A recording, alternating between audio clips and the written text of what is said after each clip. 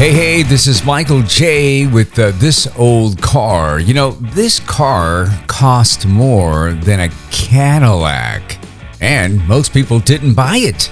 Not because it was bad, but because it might have been too much. You know, in 1958, Buick built a car that wasn't just meant to compete. It was meant to prove a point. You know, it wasn't just another Buick. It was the 1958 Buick Limited Series 700. Now, that name matters. You know, Limited. That's what people called it. Series 700, that was Buick's internal name. And this car sat at the very top of the lineup, above the Roadmaster, above everything. For 1 year, this was Buick's statement. Now, to understand this car, you've got to understand the mindset back in the late 1950s. You know, car companies, they weren't trying to be careful. They weren't worried about gas mileage. They weren't worried about practicality. They were chasing attention. And the man leading that charge was Harley Earl. He believed cars should make people stop mid-conversation, not glance, but stare.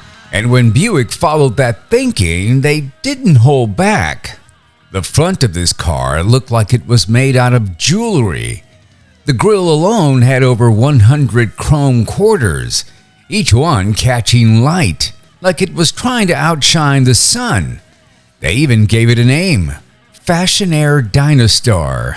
Now that sounds impressive, but really, it just meant one thing, a whole lot of chrome. And it didn't stop there. Quad headlights, huge chrome bumpers, fins stretching off the back. And along the sides, 15 chrome hash marks. Because back then, if your car didn't shine, people assumed you didn't either. But the one thing that nobody forgets is the size. This car stretched nearly 19 feet long. That's not a car you park, that's a car you plan around. And when you pulled up somewhere, people, they noticed. But here's the part that surprises people. For all that size, for all that shine, for all that confidence, this car didn't succeed. So what went wrong? Let's start under the hood. Buick gave it a 364 cubic inch V8, pushing about 300 horsepower. Now that sounds strong until you remember how big this car was, because this thing was heavy. And Buick made a decision that changed everything. Instead of a traditional transmission, they leaned into something called Dynaflow. You know, more specifically, a flight pitch Dynaflow. And here was the idea. Instead of shifting gears, you eliminated shifting altogether. You press the gas and the car just smoothly accelerated. No gear changes and no jolts.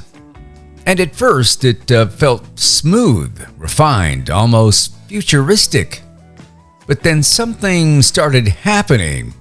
You'd press the gas, the engine would respond, but the car, it took its time.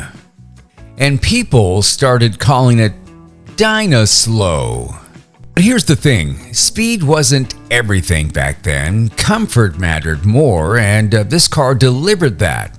On a long highway, this thing felt like a couch rolling down the road. Soft, quiet, effortless. Buick even called it a kind of magic ride. And for a lot of people, that's exactly what it was. Let's talk about the brakes. Not flashy, but important. Buick used aluminum drum brakes with cooling fins. What that meant was they could handle repeated braking better. Less fade, more durability. That was advanced thinking for 1958. And then came air suspension. Now, think about that. In 1958, before computers, before modern electronics, Buick said, let's replace springs with air. The system used compressors, air tanks, and airbags to keep the car level no matter what. Passengers, luggage, really didn't matter. But like a lot of early technology, it had problems, leaks, moisture, breakdowns, and suddenly that smooth ride came with headaches. And just when Buick needed this car to succeed, something else hit, something they couldn't control. 1958 brought a recession. People started holding on to their money. And big luxury cars? Well, they stopped selling. Now, here's the kicker. This Buick costs more than a Cadillac, so buyers had a choice. Go with the brand everyone trusted or take a chance on Buick. Well, most people chose Cadillac. In the end, only about 7,400 of these were built, and convertibles? Just a small fraction of that. Even when it was new, this car was rare. And just like that, it was gone. 1 year, no comeback, and no second chance. But here's the part nobody expected. Everything that hurt this car back then is exactly why people love it today. Because time changes things, right? The flaws fade, but the ambition stays.